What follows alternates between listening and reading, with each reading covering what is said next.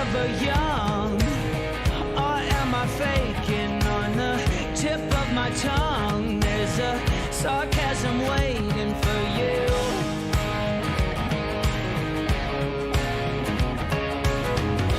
I'm willing to trade my soul for a bit of your charm.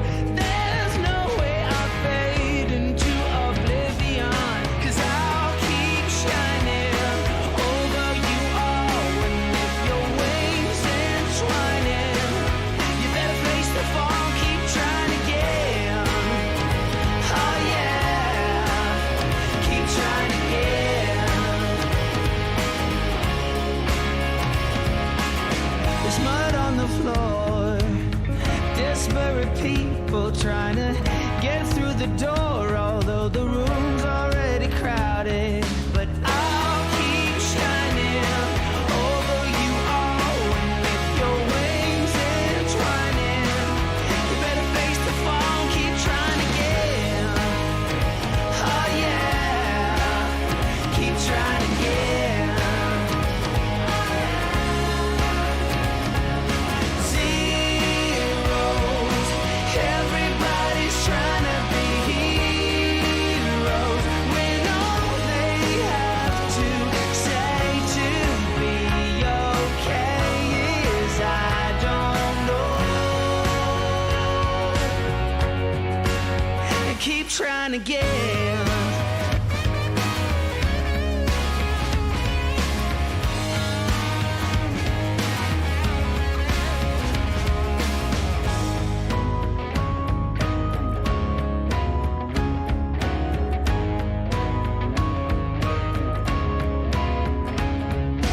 I'll keep shining over you all with your wings entwining. You better face the fall.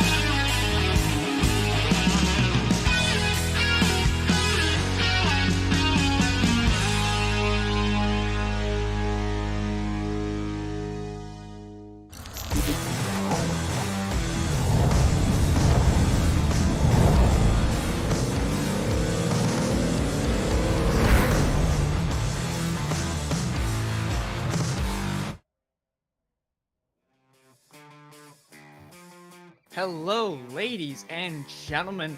Welcome to the Great Lakes Truck Series season finale here for the championship. And, ladies and gentlemen, if you have not seen any of the races previous this season, you're in for quite a treat here at Atlanta Motor Speedway. We have 4 drivers this race battling for the championship of this series, a series that has been extremely competitive, back and forth, up and down, and has seen action every single event so far this year. And the guys who have made it to this point in the year have been some of the best on the year. And I think this is probably going to be the race to see who is the best of the best, because there's no better track for it at Atlanta Motor Speedway. If we were to go over these guys and talk about them for a quick second, we've got the 4 drivers in this championship for Jake Miller in the number 4, last year's champion, coming back for redemption to put another one on the books. Zach Henry, who has probably been the best of the 4 across the entire season so far, the most consistent, the most upfront, and is putting in a strong discussion to call him the champion this year. Josh Cottle, the short track hero, who has shown extreme speed at those facilities, but now has to come here to the 1.5 miles and perform well and get the job done. And Elliot Henderson, pretty much the record holder for several stats in this series ever since its inception, coming to try and find himself a championship. It's going to be absolutely fantastic to watch these 4 battle it out in this race and to see who's going to be the best of the best. And as we are finally coming through qualifying, we're going to have the opportunity here to talk to one of our drivers so far. So let's come on in and see who we're going to be talking to here. Looks like we'll be bringing in Josh Cottle. Josh Cottle, welcome to the FRN booth prior to the start of the race. Tell us about how you think your day is going to go today and what your strategy is for tonight. I'm hopeful my day will go good. I'm just gonna hang on, try to be up front all night, and just hopefully have a good strategy. I've been losing all, I always seem to pick the worst strategy, so hopefully tonight my strategy that I'm gonna do is gonna work out for me. Hopefully it works out for you for sure. Just one more thing before we get to everybody else. We gotta keep it nice and tidy here. You've been the short track hero, as I mentioned just before, throughout the entire year. That's been your specialty. But now, when it comes down to just one more race to get the championship, we're putting you on 1.5 miles. Do you think you can get it done tonight? I believe so. This place has a little bit of tire saving, which I'm a little like that's my strong suit, I guess. But these guys that we're racing against, Zach Henry, Jake Miller, Elliot Henderson, they're all good. So we'll see. I'm just gonna hang on and hope for the best. All right, well, good luck today, Josh Cottle. You're starting out front, so we're off to a good start. Thank y'all. All right, ladies and gentlemen, next up here we have Elliot Henderson. Welcome to the Flatout Racing Network booth. One of our championship 4 had you picked out as one of the top guys for this event. You're good at this facility. Tell us about your strategy for today. Yeah, hey Kyle. I can't hear you honestly because Eric's talking, but looking forward to tonight. Really hoping that we can get it done, and we're gonna work hard with Jake and try to get up to the front as soon as we can, and try to get in that clean air because I think that's gonna be the biggest thing.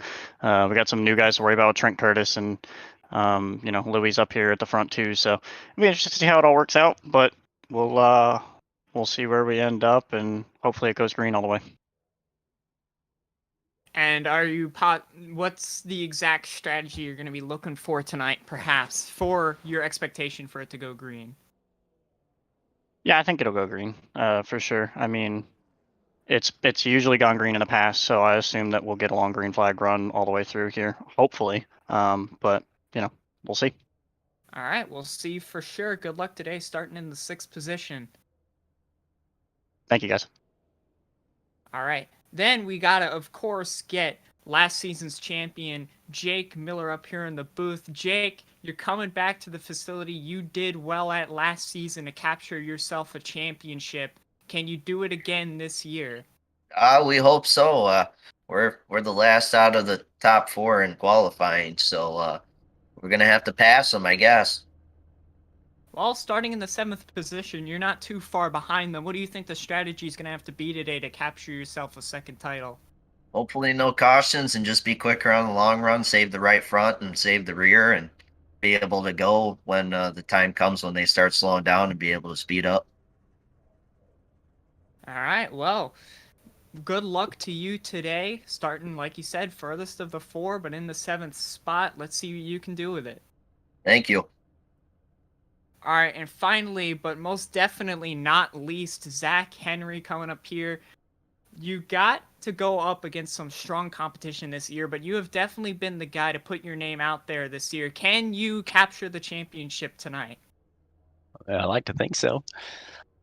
But I guess we'll find out here in a few minutes, won't we? Well, starting in the 5th position, second of the 4 playoff guys at the 1.5 miles, do you think you have the speed at this track specifically with what strategy you have in mind to put yourself out there ahead of the rest?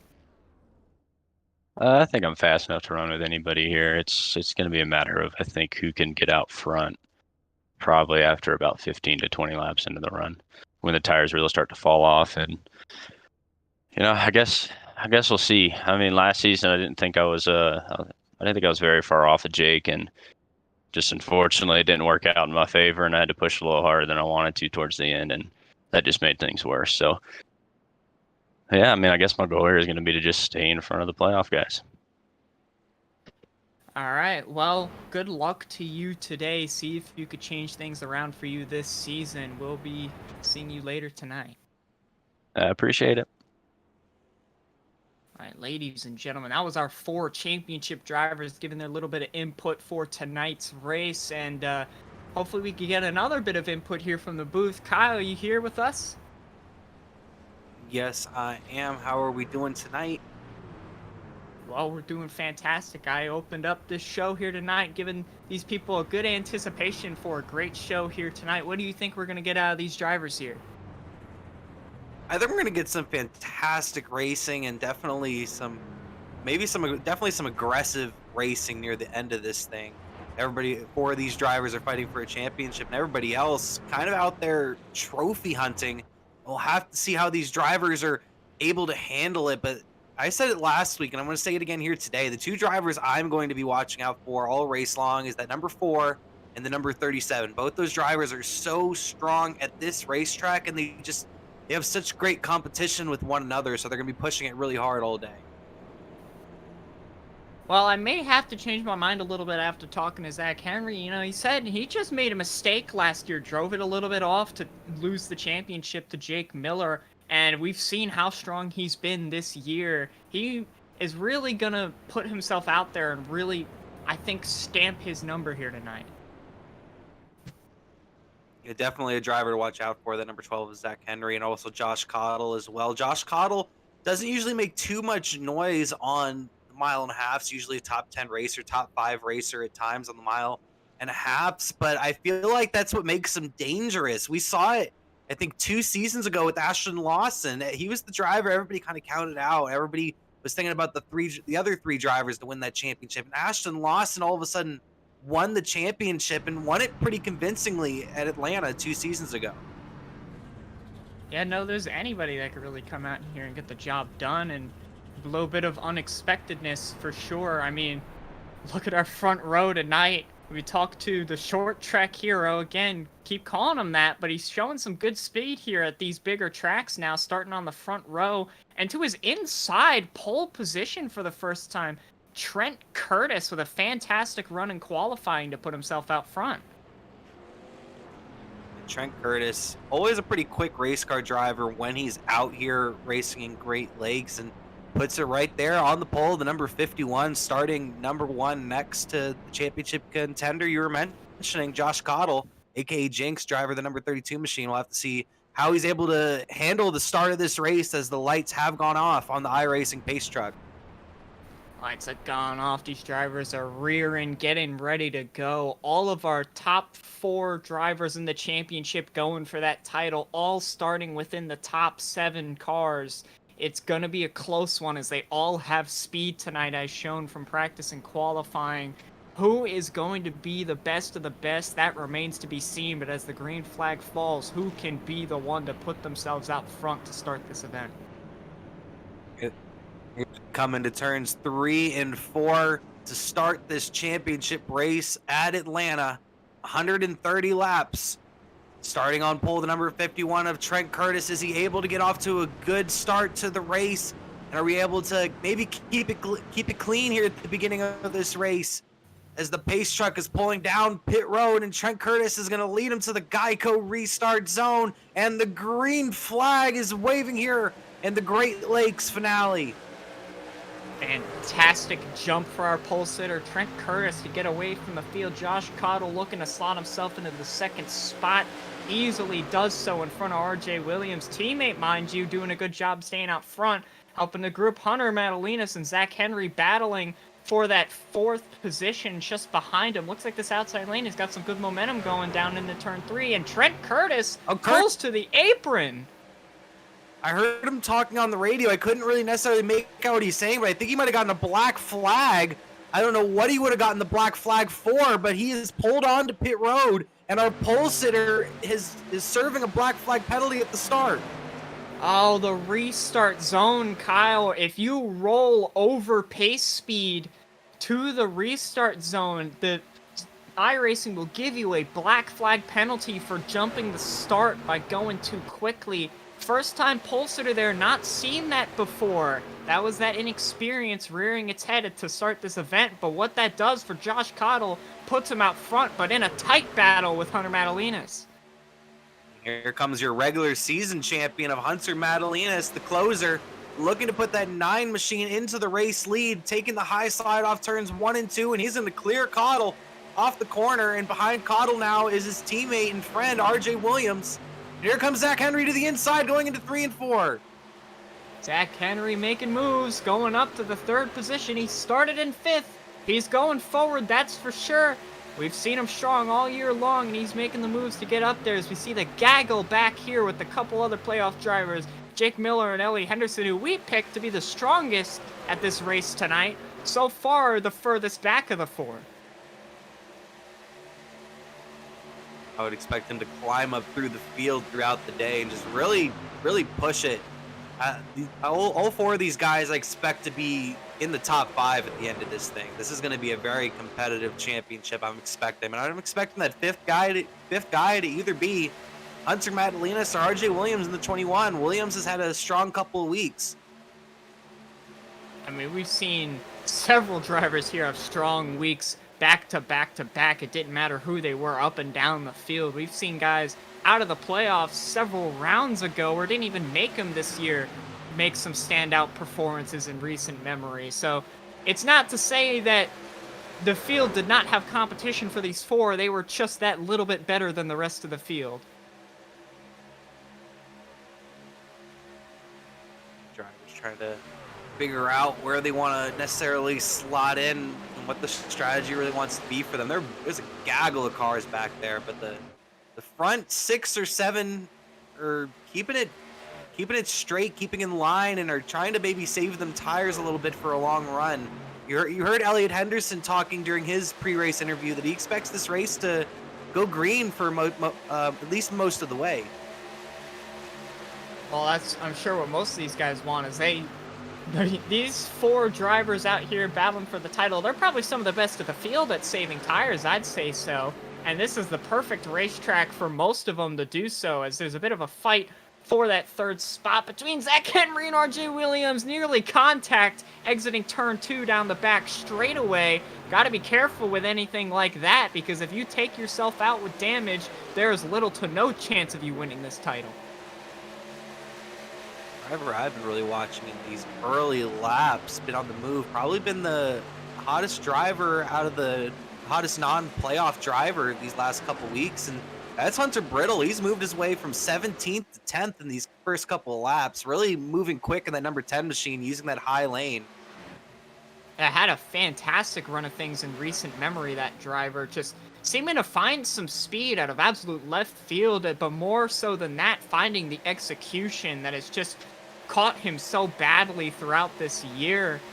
Genuinely, if that execution was up, we could be talking about him here in this Final Four because he has really shown up when the time counts. It's just, sadly, not the time for him in his points position.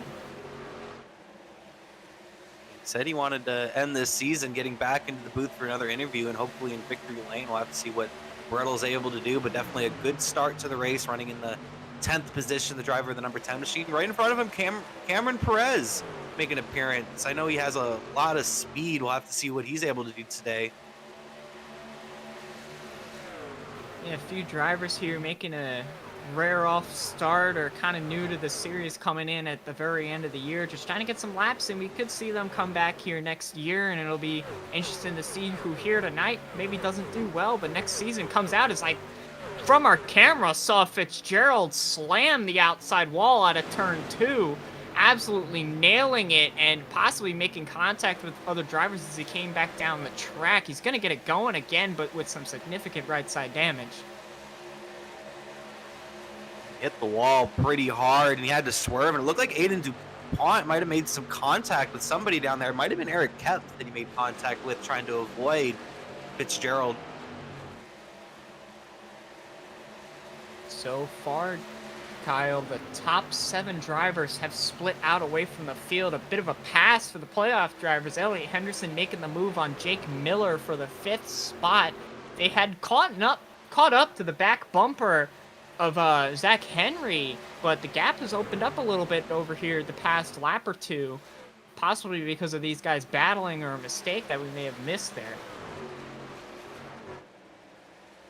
Definitely some good racing up here at the front of the field. Like I said, I feel like some of these drivers are just trying to really save on their tires. And I mentioned a couple laps ago, there was a huge gaggle of cars behind the front 7, and they were battling pretty hard while the front 7 were staying in line and taking it a little easier. And that's probably why you've seen them develop a little bit of a gap back to the 8th place driver of Lewis Woodall. See a bit more battling back here. Connor Brittle to the outside of Shane Neiswanger, who's starting to make some moves up through the field now. The 90 of Cameron Perez racing very aggressively with Senzi, who gets into the outside wall out of turn 2. He's going to lose a spot here to Matthew Durr, who's got the run going down the back straightaway into turn 3. He's going to wash him a bit wide. He's going to lose a spot, but try and fight it back around the outside. Those are some great moves there for that 92 truck, but he's definitely got a little bit of right side damage after getting into the wall. I didn't say that initially about Perez. Perez has a lot of speed, but I've personally raced with him on the iRacing service a good amount of times. A very fast race car driver, but at times can be a little overly aggressive driver of that number 90 machine. So it's definitely a driver we'll have to watch out for, whether it comes to making passes or stuff like that with Sensi. Might have to watch for some movement further up front. Elliot Henderson has caught up to the back bumper of Zach Henry, making the move up the inside to put himself solidly into 2nd in the championship battle, 4th on the racetrack. Henry's going to fight him around the outside. He's going to get the run out of turn 2 and defend this spot. Henderson has been the fastest of the 4 the past 5 or so laps. I've seen him move further and further up the field. See what he can do and see if he can carry that speed through the entire run. Henderson has some speed here early. Bobby Carter looking to snag another championship as he puts his nose down below the driver of the number 12, Zach Henry. Henry gives him the space, but Henderson does not have as good of an entry as Henry did and is going to have to follow in right back behind him, as both these drivers are right behind RJ Williams as the front 2 are trying to maybe gap 3rd place Williams.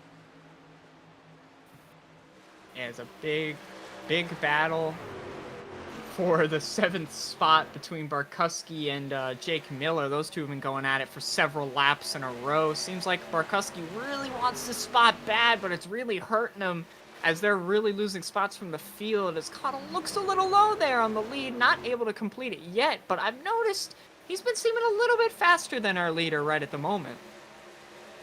Miller was just barely able to clear Barkowski there. Barkowski might have even had to back off a little bit. The number 25 machine coming off the corner. Miller barely clear. Possibly Henderson. a bit of a I was about to say possibly a bit of a slip up there for the 37, hearing some bit of apologies on the radio, but he's going to get to the outside of Zach Henry, where we've seen Henry defend that spot. Now positions have swapped. Elliott's to the outside. He's going to have a big run out of turn 2. Zach slides up the track, not going to get into him. Henderson up to 4th. Elliott Henderson with a great move on the outside and puts himself second in the championship battle, right behind R.J. Williams. Henry now back into the 5th spot. Here comes Jake Miller. Ever since he got past Barkuski, he's kind of driven away from Barkuski, and Barkuski's kind of fallen back. And now we have 6 drivers here, a blanket thrown over him right here. Williams got real close to Cottle's bumper going into 1 and 2. Maybe he has a little bit more speed here in the longer run as they've closed back up on the front 2. Possibly. You'll see that sometimes where the leader possibly overdrives the car a little bit, and second place doesn't want to lose too much time, so he keeps up with them, and everybody behind just saves all the tire they want and sucks right back up to him. But it looks like Elliott Henderson has saved him the best as he makes the move to the outside of that 21, making the move to get the 3rd spot. Can he do it as he's got a good run through turns 1 and 2? Out of turn 2, he's going to be side by side with R.J. Williams for the 3rd position. Cottle saw that. Cottle's just been kind of hanging out behind Madalinas, and right when Henderson made the move on Williams, Cottle makes a move on Madalinas for the race lead, slides up the track a little bit, forces Madalinas off his line, but Madalinas is going to get the run off the corner, and the battle is on for 1st and for 3rd. Cottle really used a lot of racetrack there to push Madalinas up in 3 and 4. He's going to run a little bit lower this time around in 1 and 2, where we've seen that top side work so well for several drivers so far tonight. Dead even heat for the lead. Looks like Henderson further back for 3rd has got the extra gap ahead. Then there's the battle behind them. They're 2 by 2, 3 rows deep. And 4 of those all 4 championship contenders are involved in this. Cottle once again sliding up a lot in 3 and 4. Madalina's giving him a lot of room here.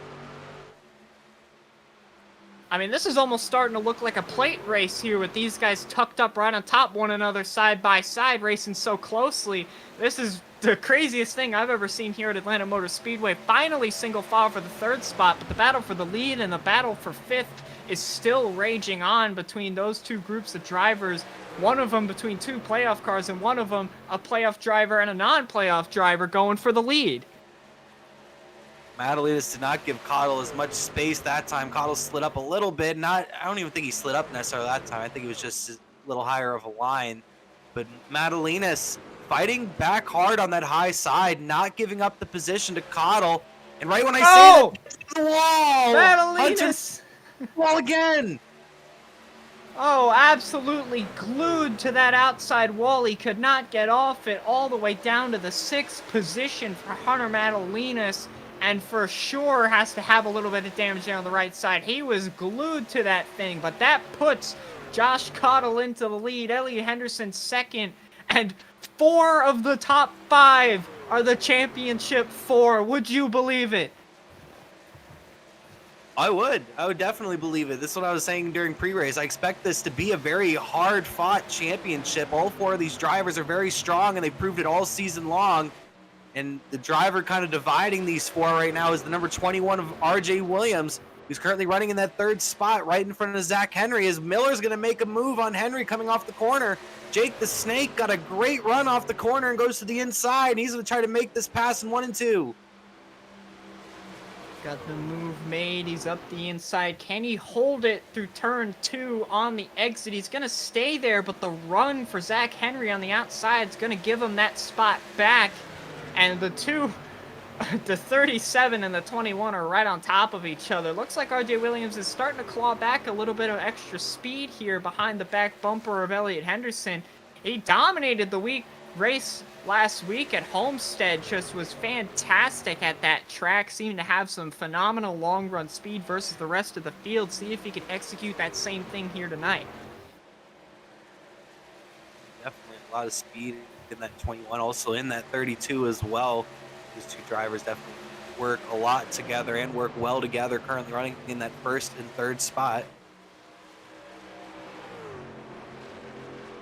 Single filed out now for our top 5 drivers. Looks like a bit of a position change a little further back, though, between the 9 of Hunter Madalinas and the 25 of Barkuski, who's kind of tailed on to the back of this group, just a little bit far off of it to really be in contention for it, but close enough that if some battles start happening, they could still be in the question, as it seemed like Barkuski really checked up that corner, and massive gap, saying that he might have almost gotten into the 9 truck, but I didn't see anything too bad from that vehicle.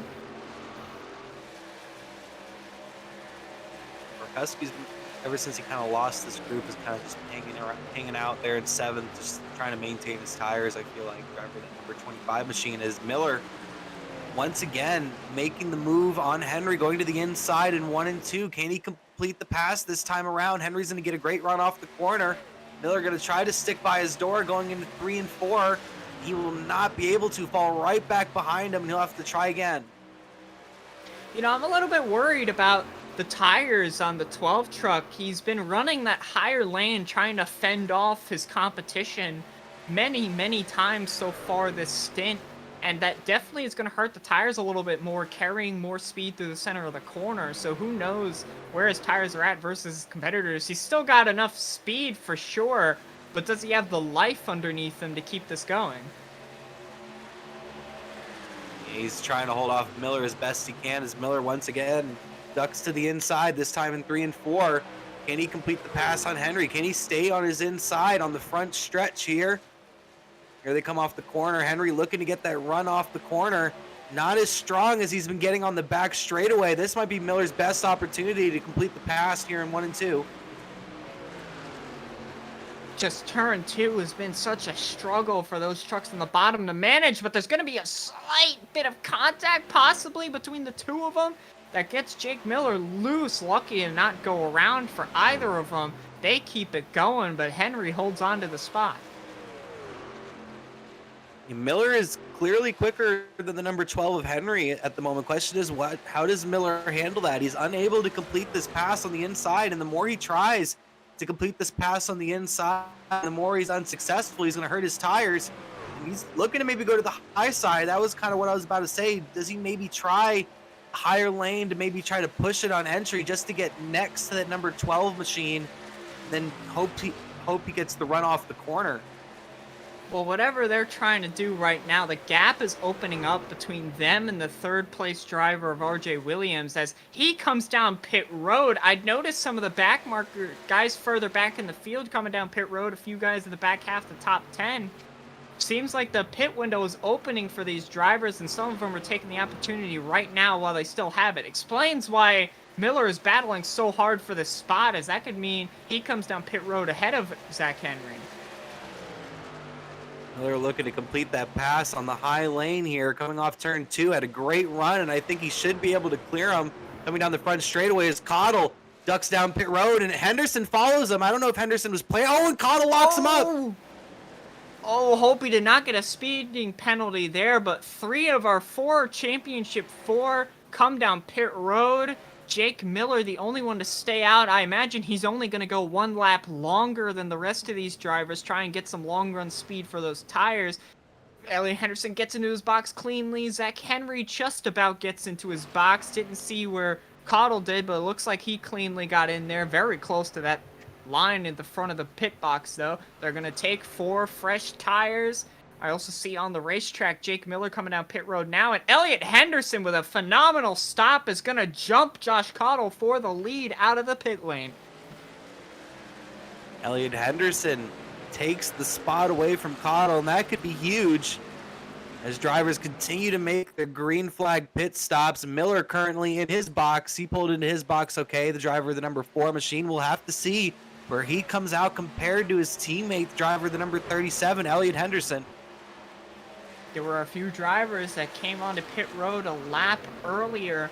Hunter Madalinas and RJ Williams came in a lap or several laps earlier to gain some track position. So they're ahead of these guys right now, but that is not what they're battling for, as Elliot Henderson gets by Jake Miller on the racetrack, who's coming out onto the track from the pit lane. So Elliot Henderson currently leads our championship 4 in the title fight and looks to hold on to it. Elliot Henderson looking to snag another championship. Will he be able to get the job done today? So far, Henderson's season has really reminded me of, I don't know if you remember, I think it was maybe almost 10 years ago at this point when Stewart won his championship with Stuart Haas. He had such a weak regular season, didn't really do much, but barely made the playoffs and kind of really took over the playoffs. Tony Stewart. That's what this season of Henderson's kind of reminded me of. Had a very weak regular season, was barely able to sneak into the playoffs, and has really turned it on ever since we started the playoffs. You could almost say the same about Christopher Bell this season, getting one win during the summer stretch, being consistent at that, but just not being as dominant until the playoffs and just absolutely railing on it when the time counts. Battle for the lead here. RJ Williams going to the high side of Madalinas. Looking to clear him here out of the corner, and he'll clear him with ease, the driver of the number 21. And should easily get that pass done. He's got about 2 lap fresher tires than the 9 of Madalinas, who came in very, very early to try and gain his track position back. I'm sure he's going to try and hope for a caution here. That would pretty much be the goal here of pitting early on your cycles, as these drivers are going to have to go through, it looks to be about 3 more pit stops, I believe, for them to be able to make it to the end on fuel. So we've still got plenty of time for strategy to really expand out and for these gaps to really open up. I'm trying to do some quick math, but with my quick math, they might be able, if they're able to save maybe just a little bit of fuel, they might be able to do it honestly on 2 stops. Some of these guys came in around lap 35, so we'll have to pit around lap 70. Then they'll have to pit around lap around 105. Actually, they can just make it on 2 stops, actually. 2 more stops. Well, it'll definitely be a stretch for some of them, but based on where a few of our guys out front here pit, they pit right around a lap 32, 33, so they're going to be right on the button for fuel to make it to the finish for a couple of them, and just under the number without any fuel saving for others. It's going to be very, very tight. But let's see who can do the best of fuel saving and tire saving. We have to see if we even get some cautions here today. A very green flag racetrack. You see a lot of green flag runs here at Atlanta, and very great racing. A lot of tracks that you see long green flag runs, you just see a bunch of cars usually spread out. Atlanta, you see cars spread out, but they tend to stay in groups more often than not as well. Some good racing here at a track like Hey, so we're looking at Jake Miller right now. He came in 1 lap later than his competitors.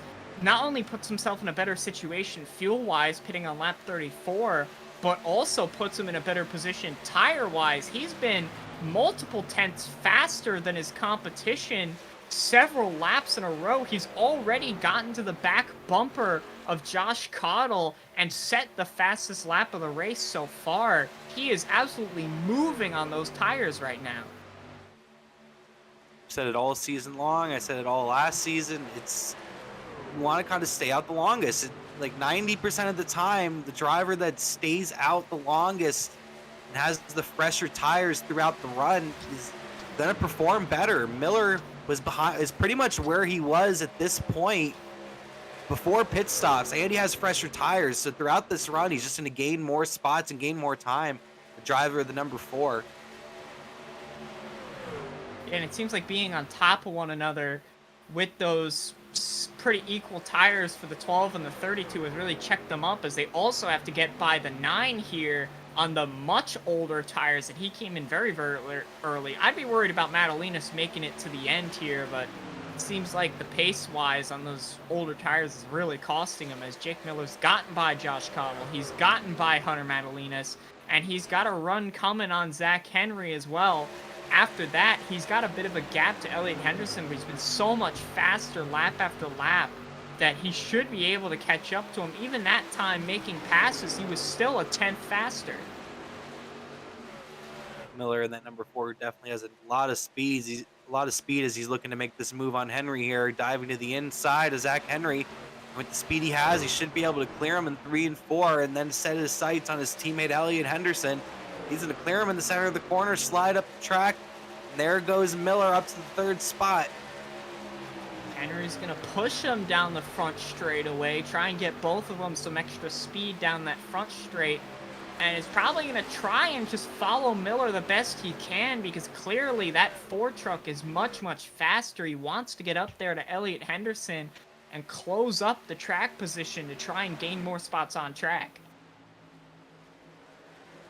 Now we're going to be watching this gap now and see how quickly Miller's able to close down this gap on the number 37, as Henderson's closing in on RJ Williams as well. So we could have a battle for the lead here momentarily. If RJ Williams pit a lap earlier than Elliott Henderson, and Jake Miller pit a lap earlier than Elliott, Elliott pit a lap earlier than Jake Miller. So there's about a 2-lap difference from third to first on tires, and the gaps are clearly closing, and you could see which strategy seems to have the advantage. Henderson's officially at the bumper of Williams here. Catching and passing are two completely different things. Williams running that low line. Henderson will have to try to pass probably out the high side of the number 21 machine here, and he's going to make this pass. He's going to have to make it quick. Like you said, Miller's coming. The number 4 machine has a lot of speed, and there goes Henderson. He's actually going to go to the inside here. I'm surprised by that move. Going to go to the inside here in 3 and 4, and I don't think it's going to work here in this corner. Might have to try again in 1 and 2. Well, he's still looking up the inside, not going to have the run down the front straightaway, but just looking is enough to maybe have RJ Williams not go down, but he's going to clear him into the corner. Both going to slot it down to the bottom of the track. Henderson is most definitely faster, looking for the move out of turn 2 now, going into turn 3. Much better spot than he was the last lap, making this move up the inside. They're going to be pretty even through the entry, but through the center off, RJ Williams with so much more speed.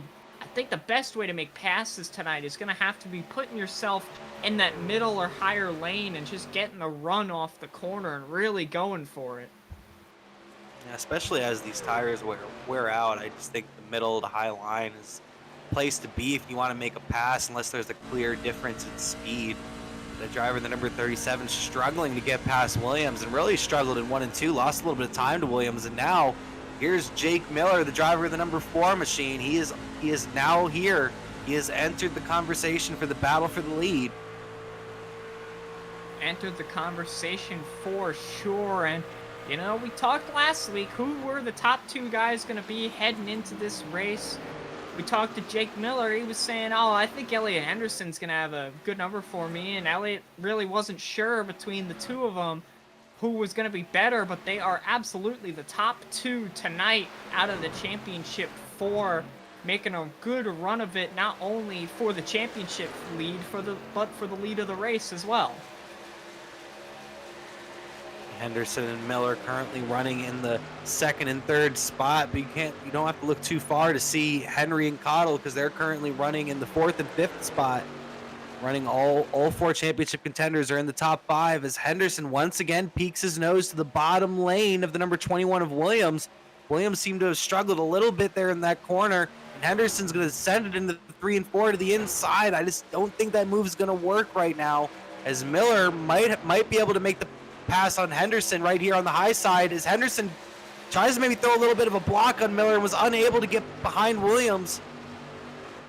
He's got the run now. He's got the outside lane. I imagine RJ, he's going to take the slightly higher lane, but Jake Miller disagreed. He went all the way to the top of the racetrack to get all that clean air he could. He's going to have a big run down the back straight. Not going to be able to do anything extra with it, but will be able to clear Elliott Henderson, take the championship lead away. Now he wants the lead of the actual race as well. 2-lap newer tires there in that Ford truck. He's making them work well. Can he get the move up the inside into turn 1? Williams is just running a really smart line right now. RJ is running a really smart defensive line, that number 21 machine. Here in 1 and 2, he's going to leave that higher lane a little open for Miller. Miller is not going to be able to get to his high side right there. RJ Williams doing a good job of keeping up the speed as the leader. He gets shoved into turn 3 by Jake Miller.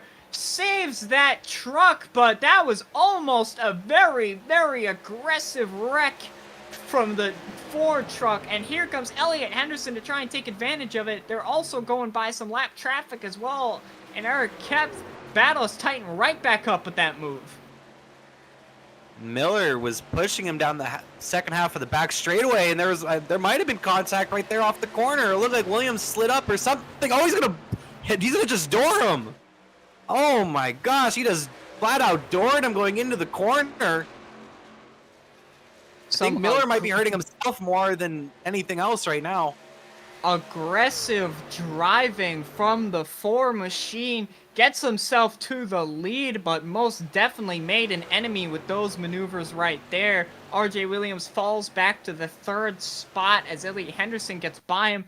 Jake Miller looking to run away with it as we catch the replay of it, hopefully in just a minute here, because there was some rough driving. We're going to catch it right off turn 2 of Jake Miller making the move down the back straightaway as we're going to be looking at it. He's got the run up the inside. It should be the move done for him, but going into the corner, runs high on the entry and runs into the door of RJ Williams and nearly puts him into the outside wall, but will take the lead from it.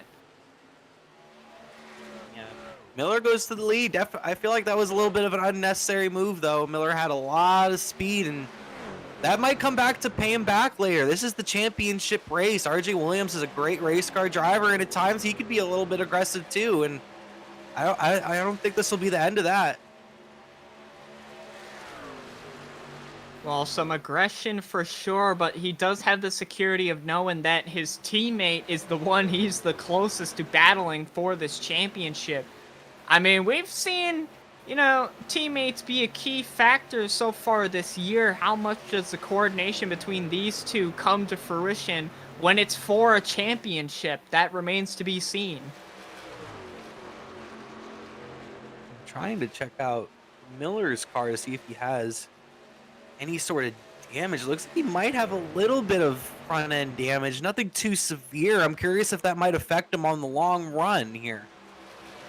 Yeah, I'm noticing it too. He's got a little bit of nose damage. It's hard to see from a distance, but he has got a very, very slight bit of crumpling on the upper right side of the nose area. And so I don't think that'll hurt him too much. It's very, very minimal, but could come to be a problem on the long runs, like you said. Definitely something to watch out for when at the end of this run, to see how that Ford truck is doing. We're getting close to the end of this run. These drivers can go a little under, I think, another 10 laps. But I think at this point, the main focus is really going to be on fuel for some of these guys. Can they make it on 2 more stops? Or will some of these drivers, like I expect Hunter Madalinas I don't expect Hunter Madalinas to make it on the 2 stops, for example. I expect him to probably have to take the 3-stop strategy, but some drivers maybe like Jake Miller might be able to make it on 2 more stops. Yeah, I'm starting to agree with you here, Kyle. The fuel numbers are very, very tight, but they're just going to barely be right at the number to make it to the finish. This is without a green-white checkered, of course, but if we get to that point, I imagine everybody's going to take tires anyway when that caution comes out. So these guys will be right on the money with fuel. They can make sure that they don't burn too much to short pit, but it seems like the game-winning strategy is to go for the longer cycle anyway and stay out that extra lap, because we've seen Jake Miller go from 3rd of the championship 4 to leading the championship 4 by simply pitting a single lap later. Miller was definitely pushing himself to get up through those cars, and that damage could possibly already be affecting him. I'm not exactly sure, but Henderson's right there underneath him now, trying to take the spot away from him. Miller is the one with the fresher tires, so you have to be concerned about that damage or the fact that he might have just pushed himself too hard passing all those trucks.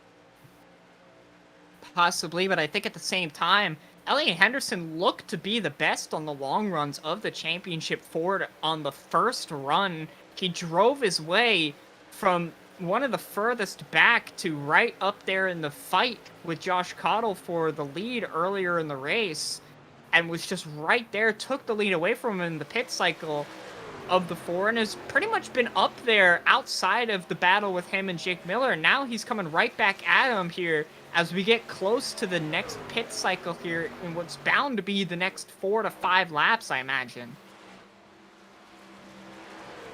The front three championship for that being Henderson, Miller, and Henry all ran very similar lap times, but Cottle was a little quicker than all of them, almost around a 10th quicker than all three of them. That number 32 machine might be on the move, and Henry's struggling to get past the number 21 of Williams at the moment. Well, Henderson has taken the lead away from Jake Miller, starting to pull away. This is a good sign for him heading into the next pit cycle.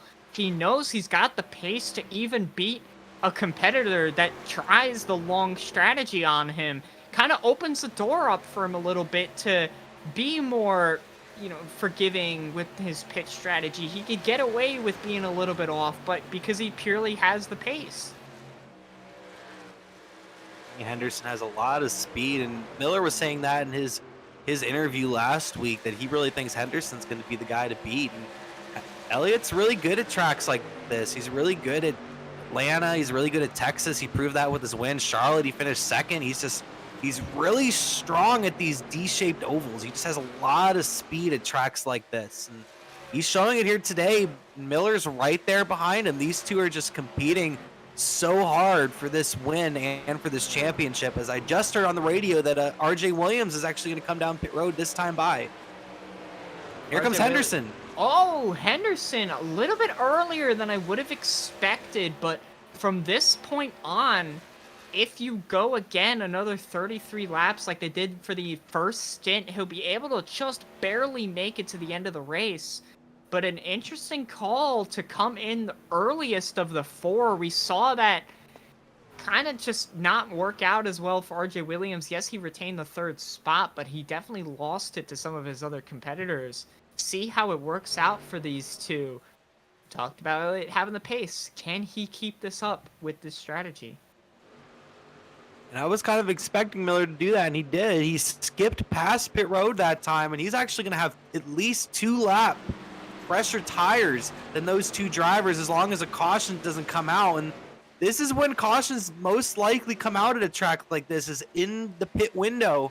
Some drivers on fresh tires, some drivers on old tires, they collide, or some of those drivers on fresh tires end up just pushing it too hard and self-spin.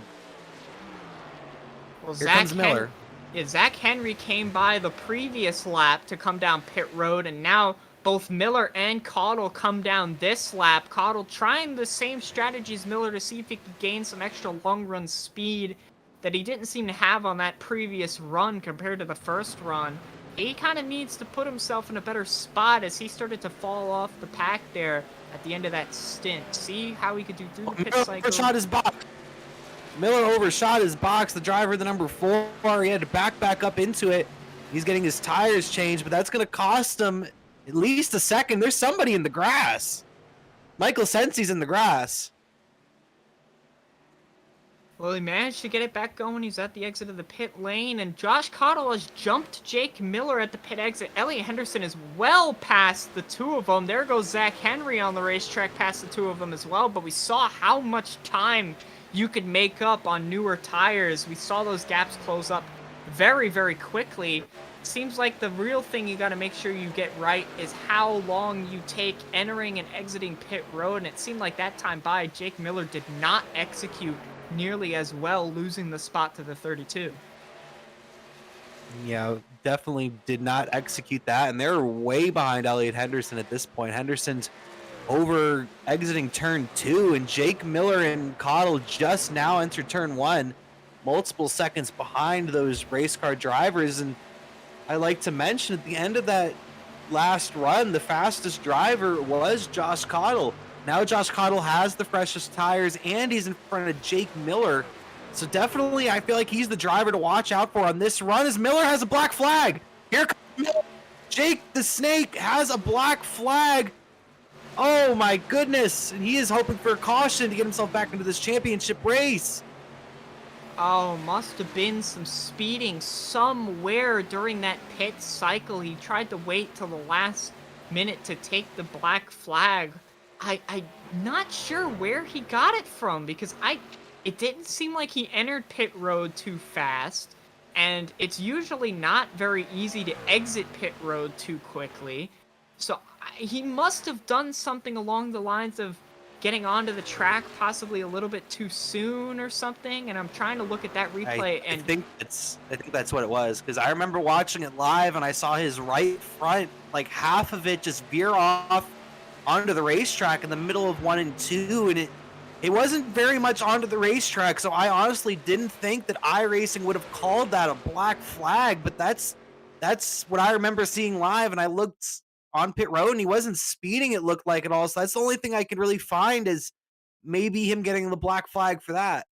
well, let's see if we could get the replay of his pit exit possibly to see what had happened with him. We're going to catch up to him as he's pretty much exiting pit road, hopefully in a second, because I think watching it from my own cameras looks like he did just barely graze over that pit exit line. So we're going to actually watch right from the beginning of the pit stop. Looks like he gets onto pit road, no tire lockup. Looks like he very smoothly gets onto pit road.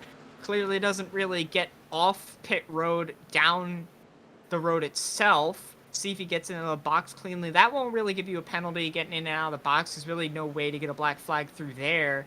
And then we're going to see him get the pit stop. You see he overshot the box like you were talking about, Kyle. Had to back up a good amount. Caudle comes out ahead of him.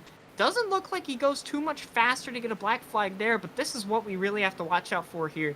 At Atlanta, that part right next to the racetrack where you see that seam on the apron, that's banked a little bit extra. You want to run that as hard as you can to get some speed, and right about, you just looked like he might have barely touched the white line. If we could try and get a closer look at it, possibly just a little while before the cone in the middle of turn 2, looks like he might have gotten the right sides on or over the white line. Let's see if we can get possibly the chopper shot of it. We're going to come right from the middle of turns 1 and 2 and see if we can get a better shot of it from up here. Coming through here, we see it right there. Looks like he might have just gone over the white line, gotten the black flag for unsafely exiting pit road, and I think that's what's going to cost Jake Miller the championship. Yeah, it's gonna be definitely very hard, at least, for him to get back into this. The only way I can really see him getting back into this is caution and for all these lead lap guys to come down pit lane, because he's not even in the lucky dog position. He's actually a couple of seconds away from going a second lap down. He's around almost quarter of the racetrack from going a second lap down, actually, but he's the last driver 1 lap down at the moment, Jake Miller, so he's gonna need a lot of help to get himself back into this championship race. Currently running in the 19th position, while the other 3 championship contenders are running 1st, 3rd, and 4th, with Elliott Henderson in the race lead. And they're battling for the 3rd spot, Kyle. Josh Caudle is caught up and is currently trying to pass the 12 of Zach Henry on the racetrack. They've been side by side for the last couple laps while we were catching up with the situation with Jake Miller. Caudle on the newer tires, now with Miller out of the question, is now on the best tires on the racetrack of the championship 4, makes the pass on Zach Henry, and he is just under 3 seconds back from Elliott in the lead and has been closing lap by lap, several tenths a lap. Elliott Henderson actually ran the slowest lap on track pretty much by many tenths of a second. He is not having a good time of it on those older tires by taking that short pit stop, and it may cost him here. Yeah, RJ Williams is right there at this point. He's back up to his bumper, RJ Williams, and yeah, Josh Caudle has the freshest tires out of the championship 4, the driver of that number 32 machine, and he was the quickest at the end of that last run. So I'm definitely keeping an eye on that number 32 machine as he continues to drive down Henderson. That last time by, you had Caudle with the 32.34, and then you had Henderson with a 32.93. So a lot quicker lap times, over a half second quicker, as Williams, who is 0.3 quicker than Henderson the last time, makes a move to the inside, going into 3 and 4, and might be able to clear him with ease here. I have to question if Elliott Henderson is simply saving his tires extremely hard to try and see if he has some amazing pace at the end of the run.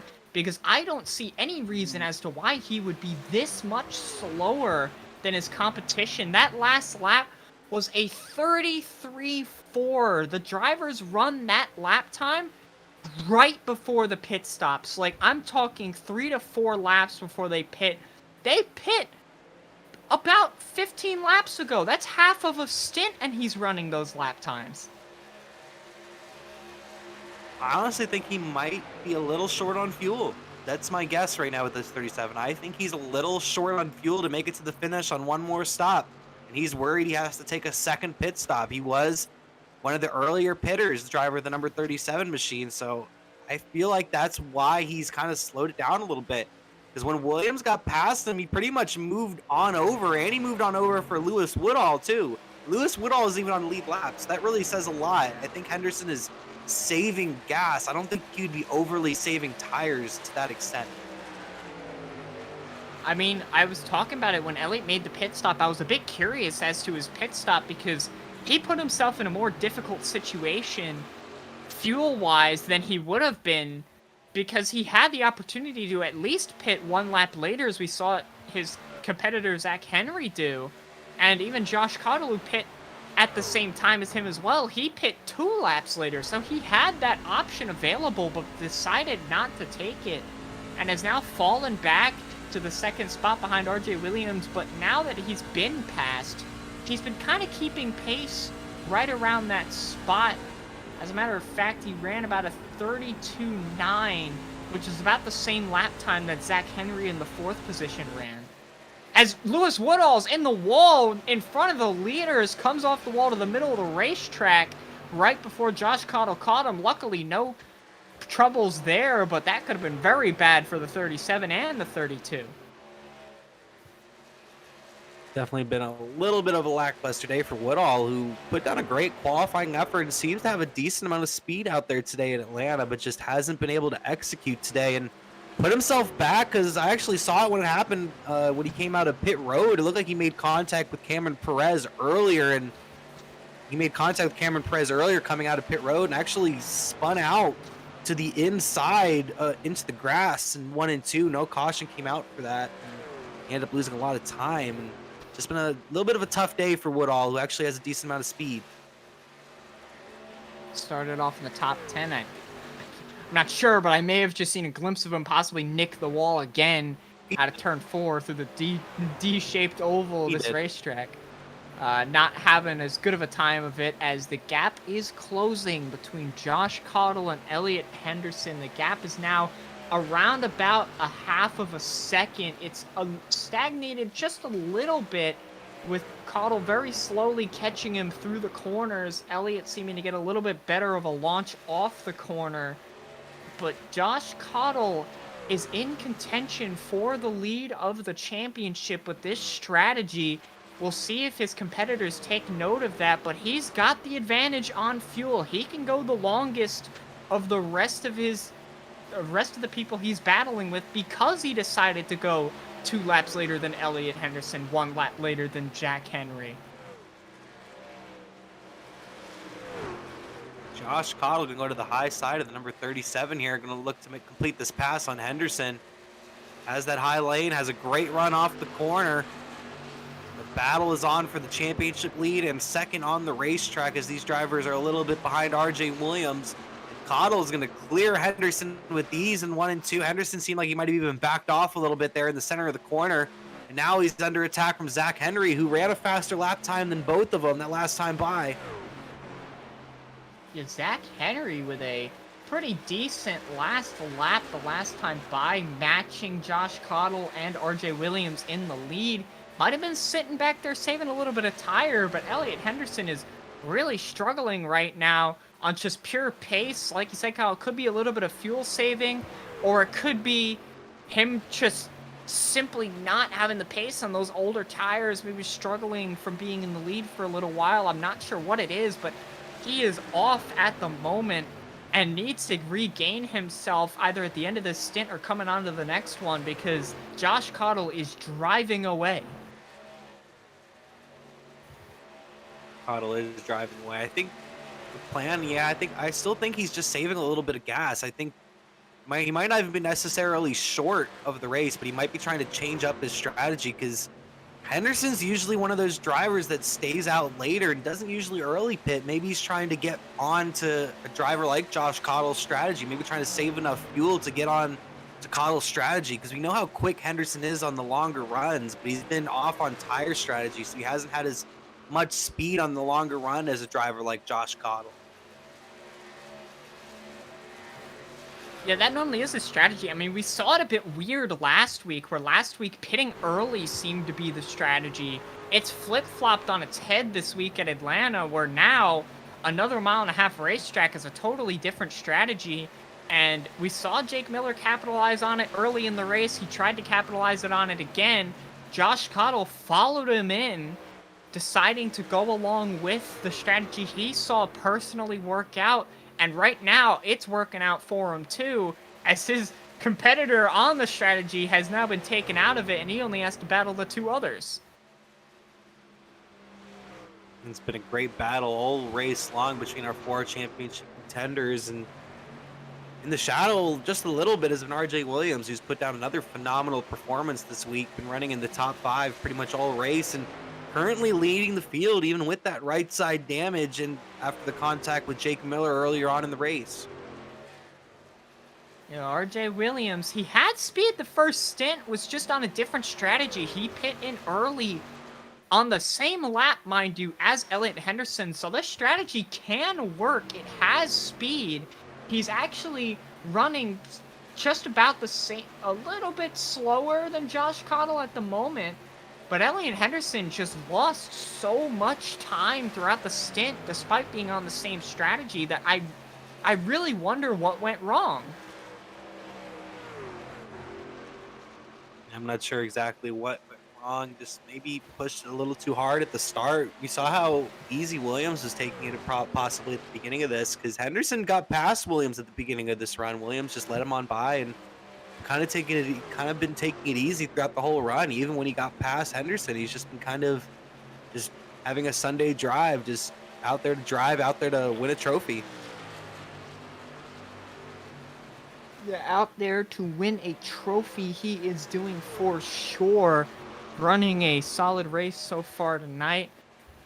I think as we have this field a little bit spread out just before we get the pit cycle, I think now is a good time as ever to try and see if we could do a bit of a make it a little bit loud, if you get what I'm saying. Make it a little bit loud and hear these engines purr.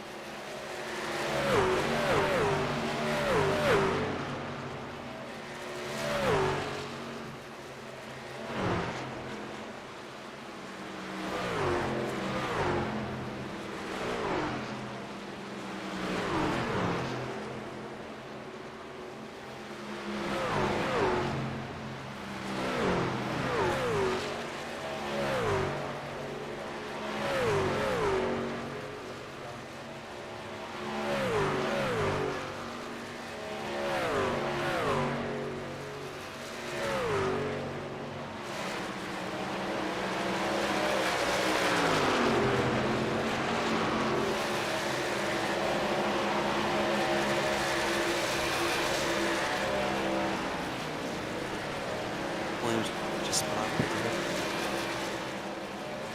RJ Williams just spun on to pit road here. Race leader, an abrupt start to pit stops right there. The number 21, right when he got passed by Cottle, decided to make that move down pit road to open up pit stops essentially. Yeah, earliest to pit of our leaders outside of Elliot Henderson. We see Elliot going a couple laps later than RJ Williams, who from the lead made that horrific mistake, had a fantastic run going tonight, and is possibly going to cost it as this race has gone clean and green the entire way through as he exits the pit lane way behind his competitors who have still yet to make their stops. Elliot Henderson is in a 33-lap stint. Zach Henry said he's going to be pitting this time by. Interested to see if Elliot is going to pit this time by with him or if he's going to go an extra lap further. See coming down the pit lane. They're both going to try and come in together. Elliot a little bit loose on the racetrack. Gets it together down the pit lane. I cannot believe he saved that race car. That was really close. He had to save the race car because he was right on Henry's bumper going into pit lane, and he almost got into the back bumper, Henry. So I think he just got onto the brakes and almost self-spun it, the driver, the number 37, as they're both going to pull into their pit box here. Both of them get in cleanly, it looks like. And I imagine this time by Josh Cottle should also be coming down the pit lane to go that one lap later like he did the previous time. Yes, he will. Entering the pit lane is our leader, Josh Cottle, who drove all the way from fourth in the championship battle to the lead with that long pitch strategy. See if he could do it again as this race gets going on its final stint if this remains green. Henry was able to come out in front of Henderson as they're both coming out of pit lane onto the straightaway. And Williams, he had such a decent lead. He spun onto pit lane, and he's still going to be in front of Henderson, and he might be able to get in front of Henry. Oh, Henry's just going to be able to get past him, though, and that's the disadvantage of making a mistake like that. He's on the strategy that has worse tires underneath him and does not have the gap that you would normally have. That's what he took advantage of the last stint to be able to hold on to the lead. Now he does not have that. He is simply in a worse situation as Josh Cottle, with a phenomenal pit stop, might be able to hold on to the lead as they come through 3 and 4. Zach Henry's just going to barely get by him, but Cottle in a fantastic position with the strategy that he has going on to this run. Josh Cottle in a great fight for the championship. Cottle with the freshest tires, currently in that second position on track and second in the championship. Little under, exactly 30 laps remaining actually here at Atlanta Motor Speedway. The block! And they're almost going to make contact. Oh, contact! Oh my God! Josh Cottle sends it up the inside. Zach Henry with a massive block. They're side by side out of turn 4. Cottle with the tire advantage wants the lead and wants to run away with it. Oh, going by the lap car. They nearly made more contact. These guys are fighting tooth and nail for this lead. I said near the end of this thing, they're going to start getting really aggressive, and that you saw some of that right there. We still have over 25 laps left as they continue to battle closely going into 3 and 4, almost make contact going into the corner. Cottle fighting hard on the inside as the battle's on for third as well behind them. Can Cottle get past the number 12 of Henry? Henry pushing it hard on that high side, making Cottle use up his tires on the inside. And the worst part for Cottle is that they made contact on his right side. That could give him a little bit of damage and make more contact out of turn 2. Henry nearly into the outside wall. These two were absolutely duking it out. The gloves are off. They are fighting for it. Cottle clears him into turn 3. Henry backs it up. See if he can get the run out of turn 4. Henry going for the run off the corner. Backed off a lot going into the corner, but he's not going to get a good enough run to get to the bumper of Cottle here.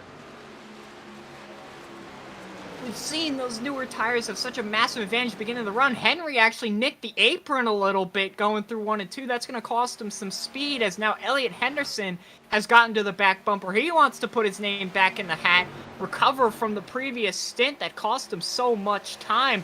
But Cottle on the better tires in the best position on the racetrack, the lead making the bid for him to win the championship. Cottle now in the race lead, the driver at the number 32. He is on the freshest tires out of the 3 championship drivers at the front of the field. Can Cottle at this point hang on? Can Henry or Henderson have something to say about it here? Henry not letting Cottle out of his sights, and if Henry's able to maybe give him the bumper, does he give him the bumper? I mean, we've already seen them use the doors. I would not be surprised if they used the bumper as well. We've seen the bumper used by Jake Miller earlier in the race. So who's to say that for a championship, one of these other guys won't use the bumper too? Henry's right there. He's on his bumper coming down the back straightaway. Does he try to make a move or does he get aggressive? What happens here going into 3 and 4? Right on his bumper. Not going to try anything hasty here. Just maybe trying to savor these tires for the end of the run as Cottle slips up a little bit off the corner. Cottle might be in a little bit of panic mode. Henry is most definitely using those tires to keep up with that 32 who's on the fresher rubber. Elliot Henderson has to be loving what's going on in front of him because he just has to keep on to the back end of this group and save a little bit of tire, and he could put himself right back into the fight for that lead. This is a great battle here. No more pit stops left in this race. These 3 drivers should be able to make it the rest of the way on fuel. Almost 20 laps remaining. All 3 of these drivers fighting for a win, but more importantly, they're also fighting for the championship. Highest finishing driver snags the championship. Currently, the race leader is Cottle, but the battle is now on for second as Henderson tried to get to the outside quarter panel of the number 12 of Henry, but was unable to do so as they battle going into 3 and 4. Does Henderson maybe poke his nose again? Henderson has a little bit more speed than that 12 right now. He's got the run coming out of turn 4. Can he carry that down the front straightaway? He wants to try and make the move. He wants to put himself in a second and put himself right on the back bumper of Josh Cottle. On the bumper of Henry, though, into turn 1, not going to make the move into 1. Going to try and carry the speed out of turn 2. Can he get the run? We've seen that outside work, but these 3 are under a blanket right now, and they cannot make the move at the moment because we've seen what happened when they do. This is some great racing here between these 3 drivers. Henry going to maybe get a good run out of the corner, and he will. He'll get a great run out of the corner of the number 12. Does he make a move to the inside here? He's all over the bumper of Cottle. Does he move to the inside or does he try the outside? He's not going to try either. Going to try to maybe savor it, wait for a better opportunity. Interesting decision there from Henry to push Cottle down the straightaway. I would have thought you want to try and take the lead away from Cottle, put him in a little bit of dirty air because, I mean, fuel might be a question for those 2. I feel like they made it far enough that it shouldn't be. It's definitely not a question for Cottle. He's surely got enough to make it to the end, and he's got the clean air as Henderson moves to the outside to make the pass on Zach Henry. Has the better line through turns 1 and 2 on the exit, but Henry just so much more speed through the center. It's going to carry it off. Nearly hits the wall, though, and that allows Henderson to cross over. Cottle's loving this. Cottle going to try to maybe check out on these 2 drivers. Henderson trying to complete this pass on Zach Henry for the 2nd position. He wants to snag another championship. Is he able to do so? Henderson he said he didn't want Jake Miller to catch up to him in the stats books. Well, now Jake Miller's out of the question. He's just doing this for purely himself, as now he up the inside of Zach Henry, trying to make the move as there are some trucks about to get lapped here in front of the leaders. Could make a bit of an opportunity here for Henderson as they have to go wide in 3 and 4. Can they get the line right? Contact Henderson into the door of Henry. They do not crash, but Henry holds on to the position. And this is a great battle, but Cottle is pulling away. Great racing here at the end, and right in front of him is Hunter Madalinas. What does Hunter Madalinas do here? Does he give way, or does he maybe battle it a little bit to try to stay on that lead lap? Here goes Cottle to the inside. It looks like he's going to probably pass him with ease. No, Madalinas going to push on the. He's not going to give him the spy. Oh my goodness, and that's what I was waiting for.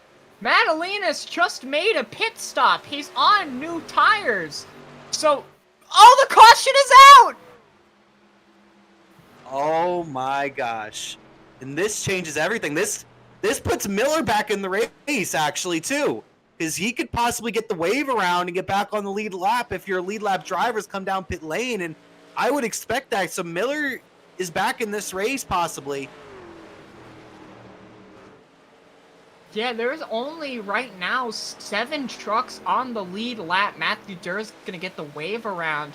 So all of them should be coming down pit lane. They've made enough laps in the stint, but the advantage that Josh Cottle had on those tires is all but gone. It is a pure duel to the end of the race. Some great racing here at Atlanta Motor Speedway. It's been a great finale, and do cautions breed cautions at this point? Do we expect more cautions at this point? Because they were getting super aggressive there for the championship 4, and honestly, looking at this, the way they've been aggressive up there at the front, Miller might be in the prime position if those 3 wreck each other. Yeah, the only issue though for Miller is, yeah, he's probably going to take the wave around here, but he is going to be on much, much older tires, pretty much half a stint's worth of tires. And so he's going to be significantly slower, most likely almost a second a lap slower. As we see them come down pit road, Zach Henry takes a little bit to the inside, trying to see if he can catch up there down the pit entry.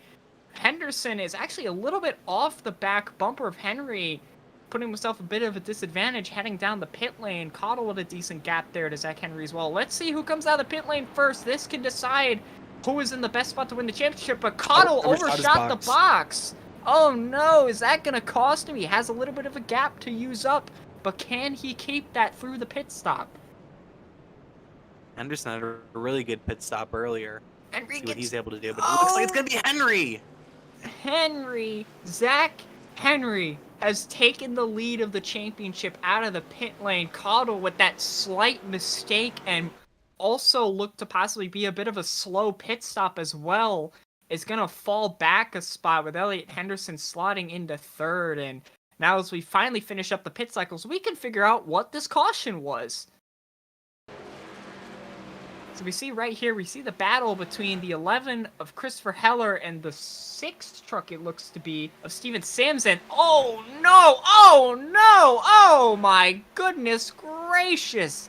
What a hellacious backstretch wreck. Jeff Gordon, are you okay? Very, very hard hit for those drivers. And Heller's had a very quiet day. He's had a lot of damage on his car from something earlier on, and it's just been a very tough day for that number 11 machine all day. Yeah, 2 very damaged vehicles here going for a spot, and there's no real other way to say that Steven Sims got doored down the back straightaway and got COT era Jeff Gordon into the inside wall to flip over in that number 6 truck. Steven Sims' day is done, as he has already pretty much left the server by this point.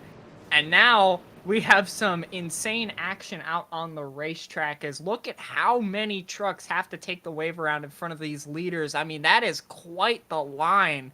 Like I said, there were only 7 trucks on the lead lap when the caution came out, and Matthew Durr, I believe, was the lucky dog, although I could be wrong about that possibly. And so that leaves very few people outside of these 3 for the championship to battle for the victory. But it also puts RJ Williams back in the fight, who we saw have a lot of speed throughout this event.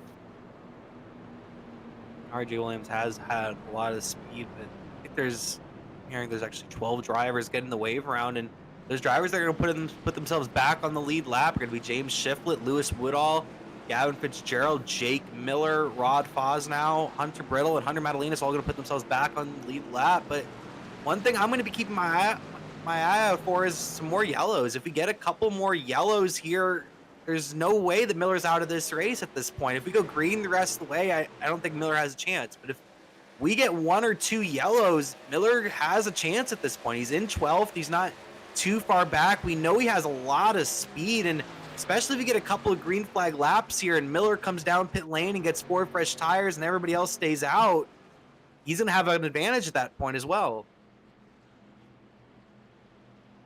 Yeah, Miller is not completely out of it. It's going to be rough for him as I'm looking at how many tires these drivers have. They have about 5 tires to start the race, plus the ones that they had on the truck to start the event. So they should have plenty of tires to make it here to the end. I think there only would be one more pit stop if we get a long enough run. But it's going to be really tight between these guys, and I wonder. But what makes me wonder even more is this decision from Zach Henry to take the outside on the restart. I don't know if I necessarily like the decision, mainly because it puts RJ Williams behind him, and that's Josh Cottle's teammate. I don't know if I want that. A great restart from Henry, though, nonetheless, and they're going to be 3 wide for second going into 1 and 2. Williams on the high side, Henderson on the bottom, and here comes Barkuski, who's been fairly quiet most of the day, and he's going to get up here and try to take over the 3rd spot in the number 25 as Williams is very loose off the corner, almost hits the wall. RJ Williams nearly lost it out of turn 2, and I think that might have been the strategy there for Zach Henry, was to shuffle Cottle back in the field. Might have been a little bit upset with some of the racing between the two of them earlier in the race, and Cottle is dropping back fast. He is struggling right now as Henderson dives it up the inside for the lead. It's a short stint to the end, ladies and gentlemen. There's not a lot of tire saving as Henderson makes contact loose. Oh, they're wrecking down the back! Matt Dillon into the inside wall. Goodness. Oh, the Brett Kingcott is on his back bumper, bouncing down the apron. RJ Williams, Aiden DuPont, Matthew Durr, and some payback a little bit there. There was so much that just happened out of turn 2 there, Kyle. So much happened, including Jake Miller moving all the way up to the 8th position, making it through that incident. Now he can go get fresh tires. This is just crazy. And that was one of the craziest incidents I think I've seen. All right, so let's start off first. Let's take a break for a second. So let's look at the battle for the lead as we were talking about that before the massive event. So here's Elliot Henderson up the inside. Looks like he gets a little bit loose on the apron and just comes up into Zach Henry, gets loose but saves the truck, and they stay side by side behind. But behind them is even more drastic of a wreck as we get a bit of a closer look right there. Right as we come back, you're going to see like the perfect frame of Elliot Henderson right here getting onto that painted white light. Oh no, it was Zach Henry who got loose down into Henderson. It wasn't Elliot who got loose, it was Henry who got loose. And then behind them, absolute chaos and a massive pileup. Josh Cottle's right in the middle of this. See how he comes out of it. But Nathan Jump just ahead, Aiden DuPont, they're all separated right now, but oh no, Nathan Jump got loose. But DuPont just loses it out of turn 2, comes up in RJ, and poor Brett Kingcott sent up into the air, flying down the backstretch apron. Let's see, we got Josh Cottle here. Yeah, let's get the Josh Cottle on board of this wreck that happened right in front of him. You see those two make contact.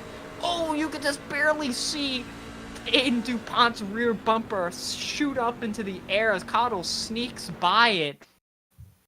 And luckily for him, he is not out of it yet from a wreck in the middle of the field. His back bumper, oh my goodness, he was so close to getting nicked by RJ Williams there in that incident, but he comes away clean.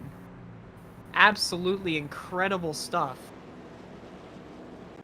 Incredible stuff happening all day. It's mainly been racing, but one of the most insane incidents I think I've ever seen in Great Lakes history right there. Very, very crazy indeed as these drivers are beginning to set up for the restart as the lap cars are beginning to fall back. And just to update you on our championship 4, first and second, currently Henry in the lead, Henderson in the 2nd position. Then you have to go all the way back to the 5th position where you have Josh Cottle in the number 32 machine. Then you go back to 8, Jake Miller in the number 4 machine. All 4 of these championship 4 contenders are still in this battle. They're all on equal tires pretty much at this point.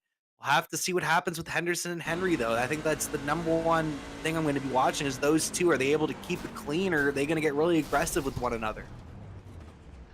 Well, I mean, we've already seen him get aggressive with one another to the point where you saw the crazy onboard of Brett Kingcott, which still baffled me to this day, but Elliot Henderson, from that contact, actually has a little bit of right front damage. You can try and sneak a little bit of a peek of the right front, having a little bit of crumple, a little bit of the hood is kind of a bit see-through, so he's actually going into this next run with a slight bit of damage. Zach Henry's taken pretty much all of his hits this race from the right side of the truck, so he does not nearly have as bad of damage that could affect him as, say, some of his other competitors like Caudle and Henderson have.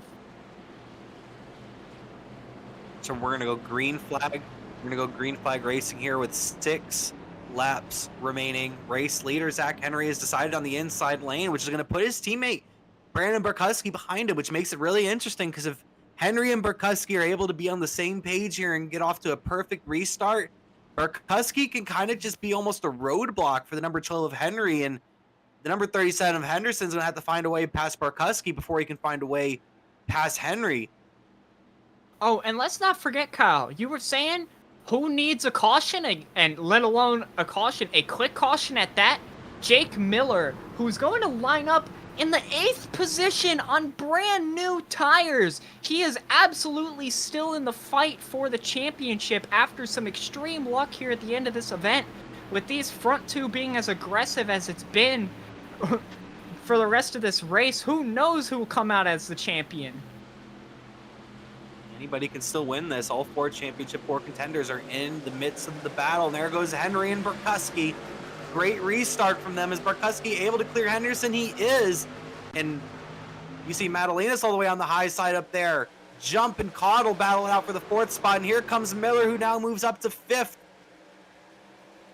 This could be an ideal scenario as Caudle seems to have a problem. He is down all the way onto the apron. Oh no! Oh no! Contact! Henderson goes around in the fence and Barkowski goes flying! Oh my goodness. A very heavy accident. That's going to ruin Henderson's championship hopes right here. And I'm looking at the replay, and it looks like Henderson just kind of sent him going into the corner. It looked like Barkowski threw a little bit of a block.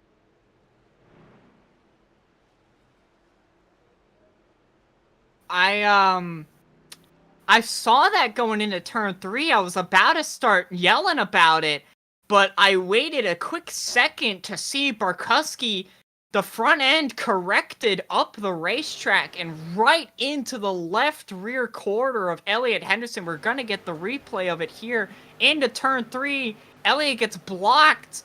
Mind you, his teammates leading for Barkowski and just sends Barkowski into the corner, who then gets onto the apron, overcorrects the race car up the racetrack, back up into Elliot Henderson, and sends him around, and he himself goes absolutely flying.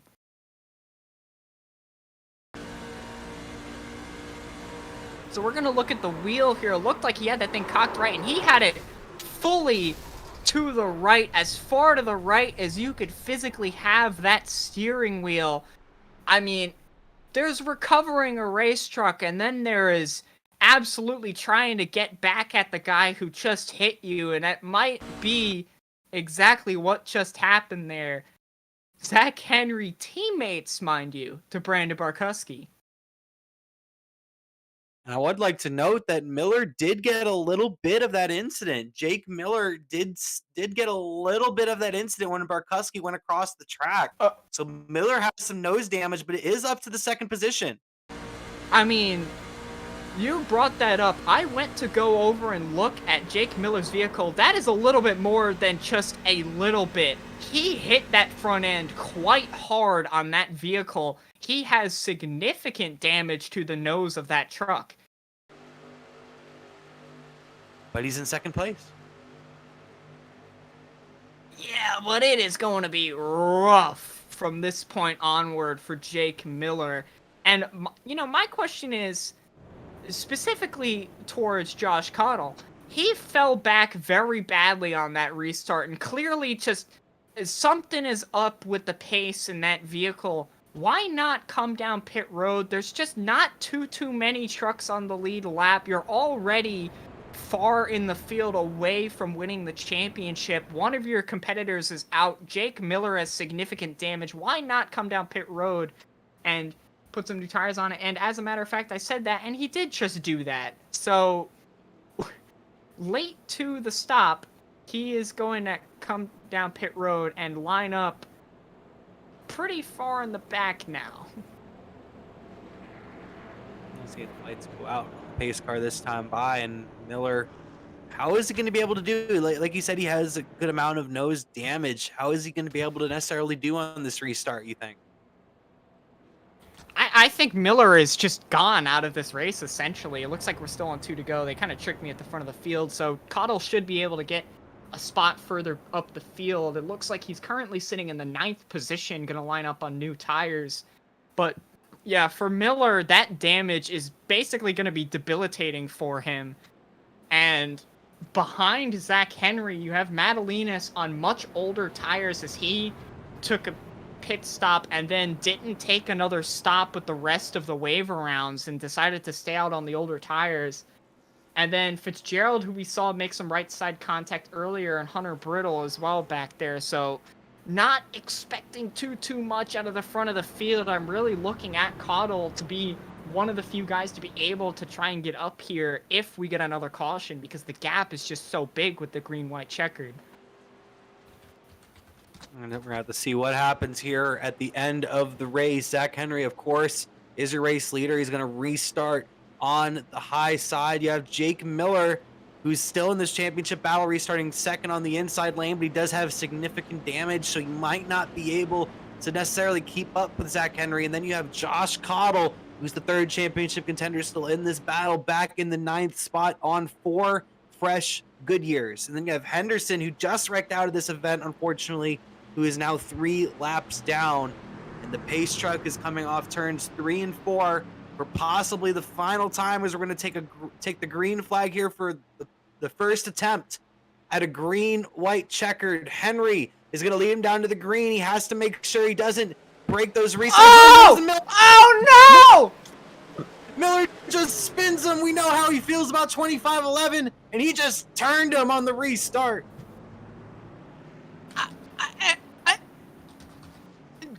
Kyle, I am speechless. I am positively speechless. Oh, I'm hearing that the Miller might not even get points for this race. So this is going to make things really interesting. At this point, this might be Cottle's chance. I don't even know anymore. I think, Alex, do you want to win the championship? Because I don't think any of these drivers want to win the championship.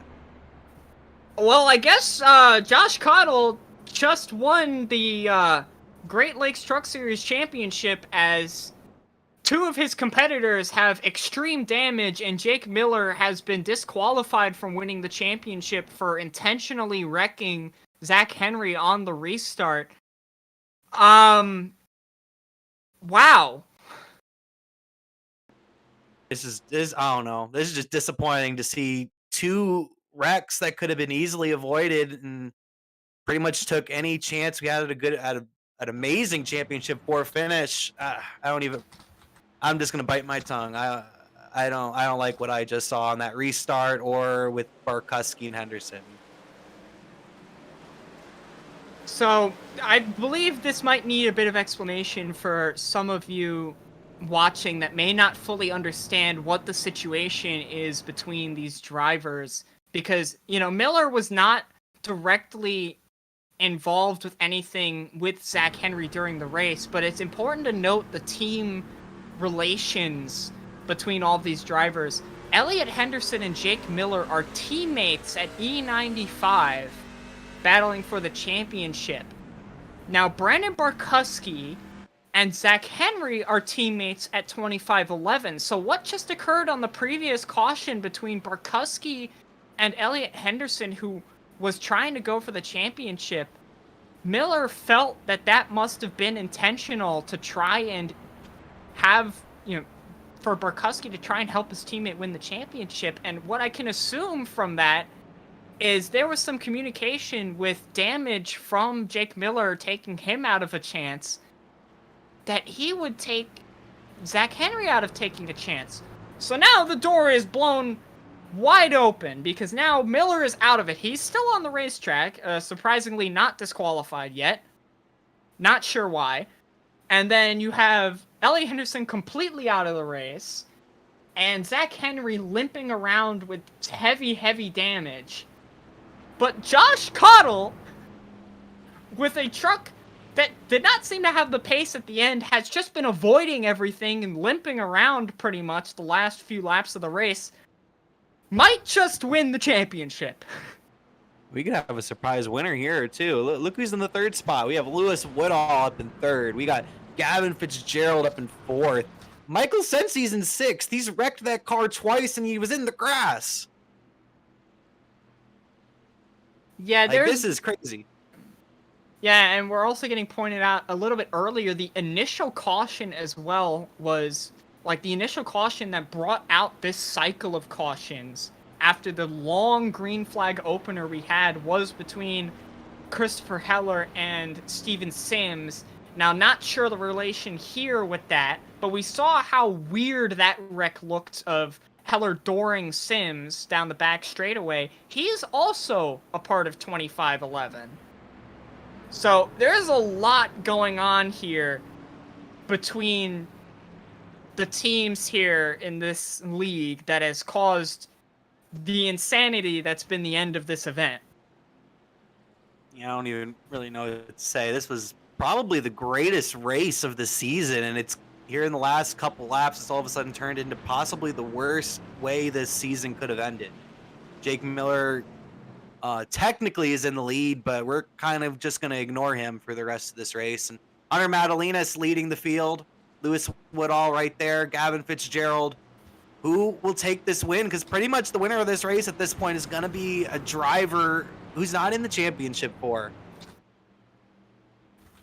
I mean, it's looking very likely by this point that somebody else is going to win this race other than one of our championship four, because with Cottle that far back in the field, Miller with significant damage, and many other non-playoff guys in between, the situation for them to get their first win of the season or pull off an upset victory is extremely high right now. But the bystander in all of this that is going to capitalize the absolute most is Josh Cottle for Spectrum Racing. Has just avoided everything, avoided any drama, been aggressive, but has ultimately been the one to pay off the most here. And here they come to the restart zone, possibly for the last time for the second attempt at a green-white checkered. Miller restarts on the inside, Madalinas on the high side. Miller able to get up to a somewhat decent start, but then the damage really kicks in, and there goes Madalinas flying by on the high side, and the battle's now on behind them between Woodall and Fitzgerald, and Miller on that bottom line with all that damage, trying to block Woodall. Woodall going to force himself to the inside. Brittle's going to follow him through. Now Miller's all by himself on that high side. They're going to make it 3 wide here. Oh, Miller in the wall as well. Just add insult to injury. He's all the way up there. Wait, Cottle? Cottle's through. Cottle's pitting? Wait, what? What is going on?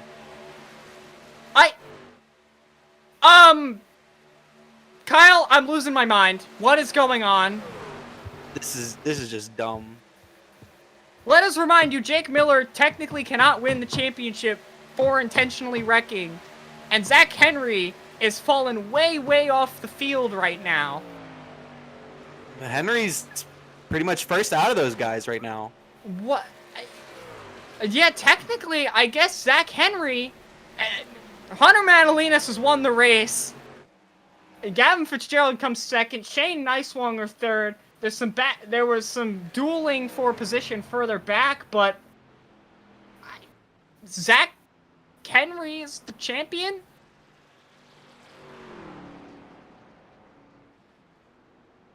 Oh,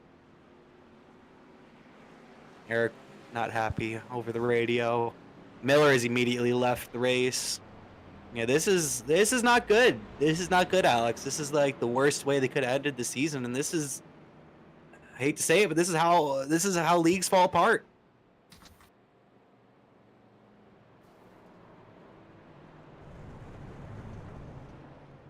So we need a breather for a minute to just comprehend what is going on. So obviously Elliot Henderson did not win the championship. We saw him get violently wrecked out and truck destroyed, and he left the event.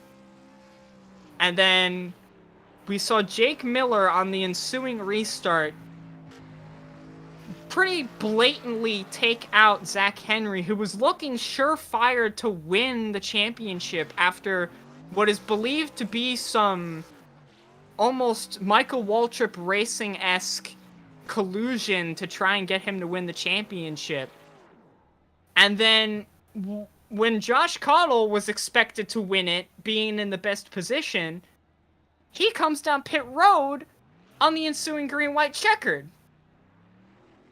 So, based on the situation and the positions, we believe Zach Henry is the champion? I don't know.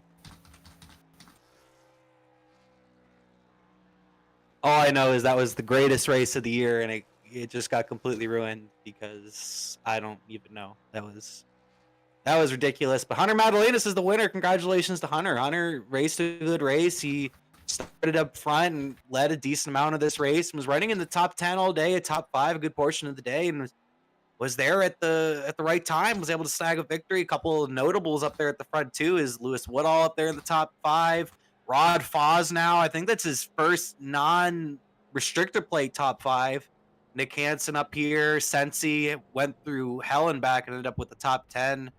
Henry able to end up with the top 10 after getting intentionally wrecked by the number 4 car. Yeah, it's just, yeah, it's disappointing, but good thing for Madalenas to end up in victory lane here at the end of the season for him.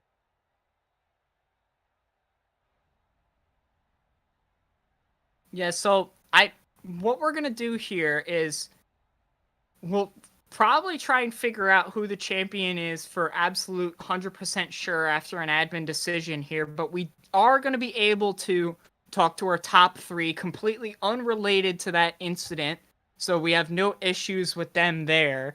So hopefully in a minute here we can talk to Hunter Madalenas, Gavin Fitzgerald, who gets his, I believe, his first podium finish of the season. Correct me if I'm wrong there.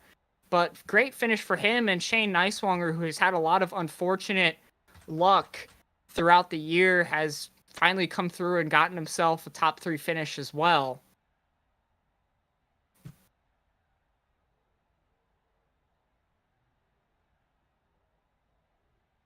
So, Kyle, we started off with a fantastic event that was churning out to be one of the best races of the season between 3 drivers and one glaring error that had championship implications that led to probably what's going to be the biggest controversy in League Series history, I imagine. But hey, we've got some people that, you know, are sure to at least be somewhat happy, and I think it's only appropriate to get into the department of the guys who, you know, we're proud of tonight. Shane Neiswanger comes away with a 3rd place finish here at Atlanta Motor Speedway. Congratulations about that, and tell us how your night went.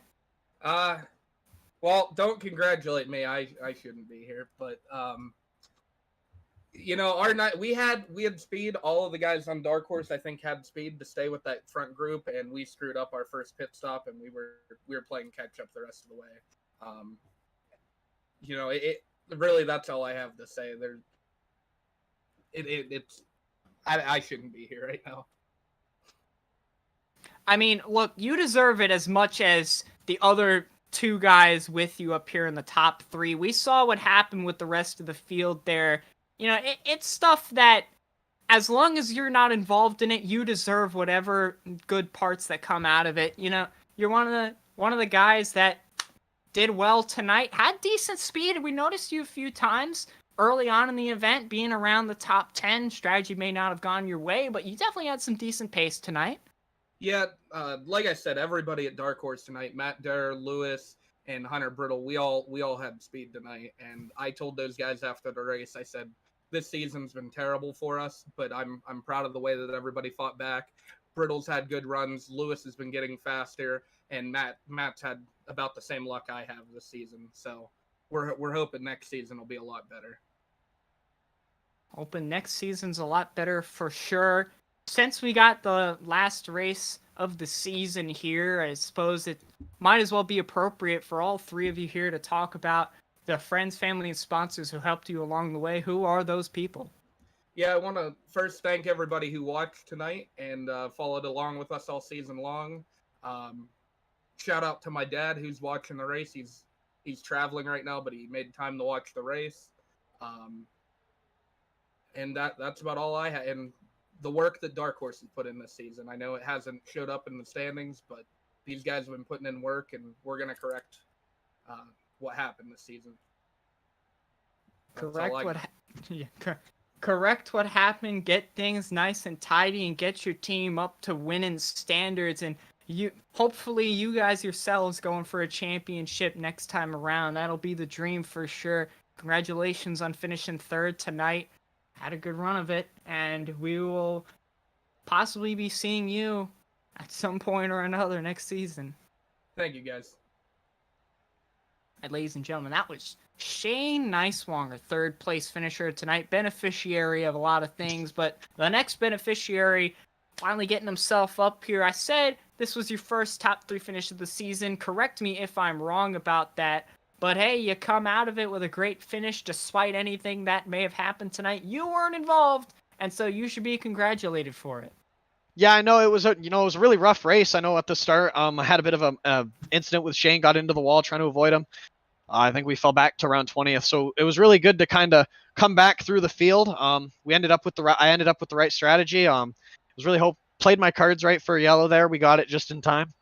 And yeah, we ended up second place. I know it was a lot of fun with Lewis and Brittle, and well, I know Hunter kind of pulled away, but Lewis and Brittle, we had a really good run there at the end. Just kind of wish, maybe another lap or two might have won the race, but you never know, man. I mean, maybe for sure we saw some problems for you tonight. How difficult was it to race around people tonight? Because we obviously saw a lot of space moving around, but we also saw a lot of contact aside from what happened later on in the race. We saw contact back and forth through several people in the field. How hard was it to race side by side?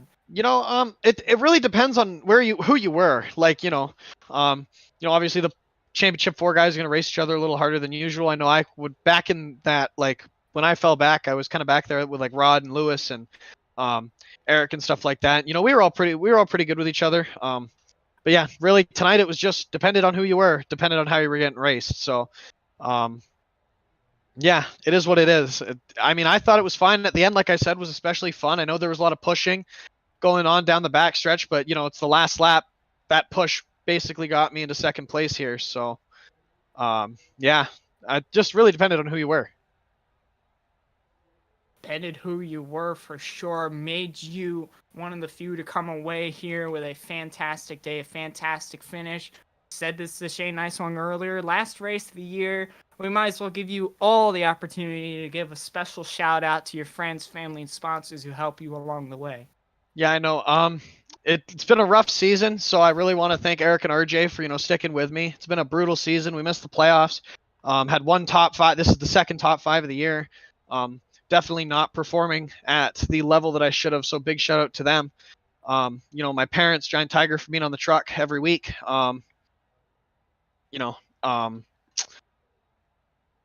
Yeah. I'd like to give a big shout out to Coddle, Josh. That was absolutely his championship. He did everything he had to, ran up front all night, ran everyone clean, and I hate that everything went the way it did, but in my eyes, Josh Coddle is your champion for this season. Well, hey, the one of the playoff 4 to not get involved in any controversy tonight, and we're not going to be able to talk to any of them tonight, but we want to ask, since you were, in relation to him, believe on the same team, if I'm wrong about that, Yep. and what happened there on the last lap, because he came down pit road, and we're So wondering what happened. So from my understanding, obviously I didn't see it. I was I was kind of tucked away in the back. They basically came to the restart zone, and I guess Zach bumped on the brakes a little, and then went. So he kind of did the like the stop and then go, which is fine, but not in that way. Like that, like I think the way he did it wasn't right. It wasn't the right time, and it inevitably got Josh a black flag there. Which I mean, I guess kind of worked out because Josh stayed out of the whatever you want to call it. So yeah, that's just kind of what happened. He had a black flag. There was a lot of and he just couldn't get down in time to serve his penalty because we had Jake Jake turn in front of the field. We had the Elliott and Brandon incident too. Josh just never had time to come down and serve this black flag, so he had to on the final green-white checkered, and I think that inevitably cost it for him.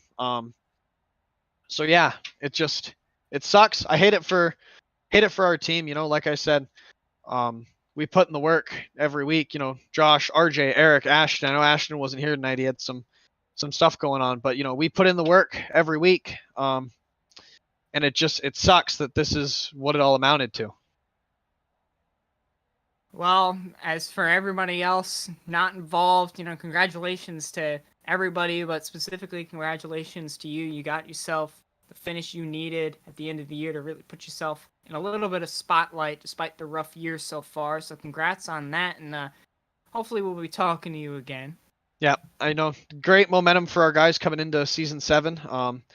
Strong run. I know we've Josh is moving to part-time. That was announced before the race. Josh moving to part-time, so we've got Nathan Jump coming on Spectrum next season. I'm really looking forward to it. So we've got a lot of momentum to swing into season 7 in the Winter Series, and I'm really looking forward to it.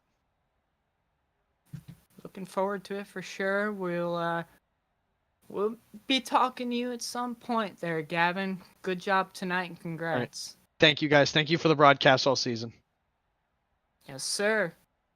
All right, and ladies and gentlemen, right as we finish tonight's events, Hunter Madalena's tonight's winner. Pretty much got yourself out front early on, led some laps, kind of was on the off strategy tonight, but avoided all the problems there at the end of the race and came away with the victory. I'm sure we know how most of the field's feeling tonight, but how are you feeling about winning? Not good.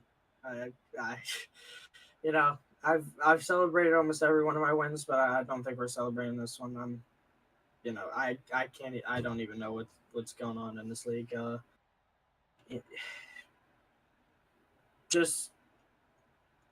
It's just disappointing. I don't know. That's the only kind of words I have right now. I'm still shocked that even happened. Well, shocked is, I think, the most apt way to put tonight's events and tonight's racing. It was a truly phenomenal race. Prior to that, there was so much going on. So why don't we talk a little bit about that? I mean, you were kind of involved in a little bit of the chaos there in the middle of the race, going from the very front of the field to falling back some to being on a weird strategy that kind of put you around everybody at the front of the field. How was that racing? Yeah, so we were running with the leaders to start the race, and I got into the wall racing Coddle, and it was kind of just destroying the pace I had in the car. And, I decided to pit, get all the damage repaired. It never really felt the same as I felt on the first run, so I was kind of struggling the whole race. And then with 20 to go, I also came back down because I wanted to see if I could, get some air on Josh Coddle or Zach Henry and trying to help Elliott, get to the lead as I had been doing all season or all race. And then, the cautions, and then just whatever you want to describe it as is that last section of the race just happened. And, we were just fortunate enough to have fresh enough tires to do it. Well, had fresh enough tires, had the track position, and had the wreck avoidance to mind yourself in a tough situation there at the end of the race. Final race of the season, but winner to cap off the season. Congratulations on that. Before we let you go, who are the people, friends, family, and sponsors that helped you along the way? Yeah, just thank you to my family. You know, they've been supporting me, trying to get me a win ever since I had that breakthrough season. And then thank you to Eric. Sad to hear the news that, you know, he got angry enough that he was going to stop being an admin. So just shout out to him and the great things he's done for this league. You know, also you guys, I mean, y'all had to deal with whatever that was. And just the Great Lakes community. I hope we can rebuild and regroup before next season. Rebuild, regroup, and get yourself off to the right start. Capping off the year with a victory. Congratulations, Hunter Madalinas. You did well tonight, came away with the victory, and that's what really matters here. Yeah, thank you guys. Thank you. Ladies and gentlemen, that was our top 3 finishers. And officially, after some review, after the race, Zach Henry is your champion in the Great Lakes Truck Series. After quite a bit of controversial festivities, you could say, from tonight's event. Yeah, definitely a crazy race, but you don't want to get lost up in it, and that's Hunter Madalinas. Hunter Madalinas had a great race and ended up coming home with the victory. Zach Henry technically was the champion, but in my opinion, Alex, I just don't really think any of these drivers deserve to be the champion. None of them raced like champions here today, especially at the end of that race, and it's just a shame. It's a shame. We should at least give some credit to Josh Cottle for sure, who just stayed out of most of it the entire time, and without that black flag penalty at the end of the race for what we found out to be a restart penalty, he was looking pretty set to be our champion for this season. So, you know, shout out to him as well for a solid race here tonight. Definitely a solid race, and it was a great race pretty much the whole way. Championship contenders were very competitive throughout the event, but Madalina's able to get to victory lane. Some good finishes by some surprising guys like Lewis Woodall up there in the top 5, Rod Foz now up here, Nick Hansen. Some good finishes from drivers that really wanted to get it here at the end of the season, but overall a pretty disappointing finish to the season. But Madalinas ended up in victory lane here today. Alex, any last thoughts, I guess, before we head out? The last thoughts are, ladies and gentlemen, while this may be the end of the Great Lakes Truck Series to cap off this season of intense truck racing, we have plenty of other leagues going on throughout the Flatout Racing Network.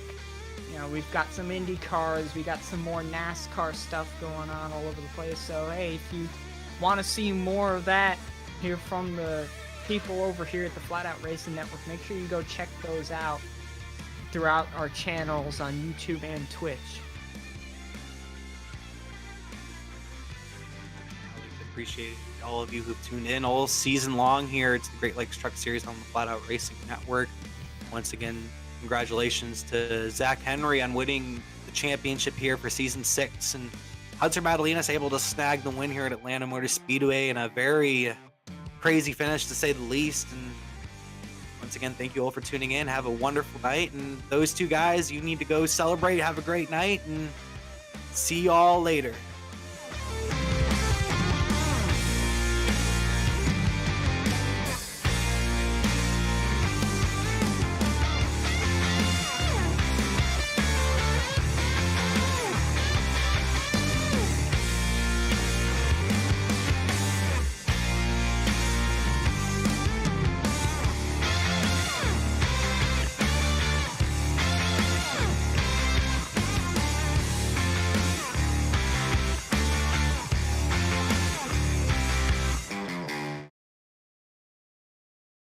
This network and may not be rebroadcast, retranslated, or used in any form without the express written consent of Flatout Racing Network and iRacing.com Motorsports Simulations. Flatout Racing Network would like to thank you for your support, and we hope you enjoyed tonight's broadcast.